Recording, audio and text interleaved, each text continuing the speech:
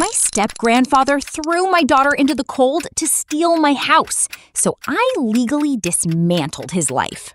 He said it across the dinner table, calm as a weather report. Transfer the deed or clear out your things before sunrise. My daughter Nia was 9 years old and sitting right there, still holding her fork. I didn't sign. He gave me an hour. I used it. Nia's medication, her blanket, my phone charger, and the accordion folder I'd been quietly filling for 2 months. Then I stood in the entryway of my late grandmother's home, the one she left specifically to me, and I watched him stand in the kitchen doorway with his coffee like he owned every inch of what she built. He didn't say goodbye. He just watched. Outside it was bitter. November cold, the kind that gets under your coat before you reach the sidewalk. Nia tucked her chin and asked where we were going. Somewhere with heat, I said. 10 minutes, I promise. I had one number I hadn't called. My grandmother's college roommate, a woman named Cecile, who my grandmother's husband had spent years describing as a troublemaker, a gossip, someone who'd tried to interfere in family matters. I believed him without questioning it because he said it so often and with such certainty that it started to feel like fact. I rang her bell at 10:40 at night. She opened the door, looked at me, looked at Nia, stepped aside and said, "Come in. I'll get blankets. Nobody explains anything tonight." Nia was asleep in 20 minutes. That's when Cecile sat down across from me at the kitchen table, slid a mug in my direction, and said quietly, "How bad is it?" I told her everything. 20 months of him positioning himself as the practical authority over my grandmother's estate. The suggestions that became instructions. The accounts he'd nudged his name onto. And the document from tonight, a full deed transfer, irrevocable, pre-typed, with a pen already uncapped beside it. She stood up without a word. She walked down the hall and came back carrying a plastic bin with a lid. That's when my lung stopped working for a second. Inside, printed bank statements, certified mail receipts, a ledger she'd hand-copied from records she shouldn't have been able to access but had anyway, and photographs of a storage unit registered under a company name I had never heard. "He told you I was unstable," she said, voice flat, "so you'd never come to me. I've been building this since your grandmother's funeral." My throat went dry and stayed that way. The next morning I was at an estate attorney's office by 9. She read 6 pages and called someone else into the room without explaining why. That afternoon I filed a formal probate challenge. He called at 6:30 that evening, measured, almost gentle. "Walk this back," he said. "You're making a mess you don't have the tools to clean up." "I have the tools," I said, and I ended the call. He reported me to child services 2 days later, claiming instability, risk, neglect. A caseworker arrived unannounced on a Tuesday. Nia was at the table working through a puzzle, hair combed, snack beside her, completely calm. The caseworker looked around the apartment, looked at Nia, looked at the refrigerator, and closed the case before she finished her coffee. Then the forensic accountant began pulling at threads. Rental deposits rerouted for 3 years. A refinance executed against estate property without probate court approval. A contractor paid repeatedly for work that photographs proved was never completed. A business partner, a man I recognized from 2 holiday gatherings, who accepted a plea arrangement and handed over everything. My grandmother's husband sat in that courtroom for 4 days and looked slightly to the left of me the entire time, like I was a smudge on the wall behind my own face. The records disagreed with his posture completely. Fraud, breach of fiduciary duty, unauthorized asset liquidation. When the verdict landed, he looked at me directly for the first time since the table that night. He shook his head once, slowly, like I was the one who had done something. I held his gaze until a bailiff moved between us. Nia and I were in my grandmother's house within the month. Her reading chair was still by the window. Someone had moved her framed needlework off the wall and put it face down in the closet. I don't know when that happened or why. I hung it back up. Cecile came over Saturday. Nia showed her a drawing she'd made of the house and explained every room with complete seriousness. Cecile listened without checking her phone once. 6 weeks after sentencing, an envelope arrived. No return address. Inside, 1 index card. 7 words in handwriting I didn't know. "She always said you were the strong one." I put it in the accordion folder.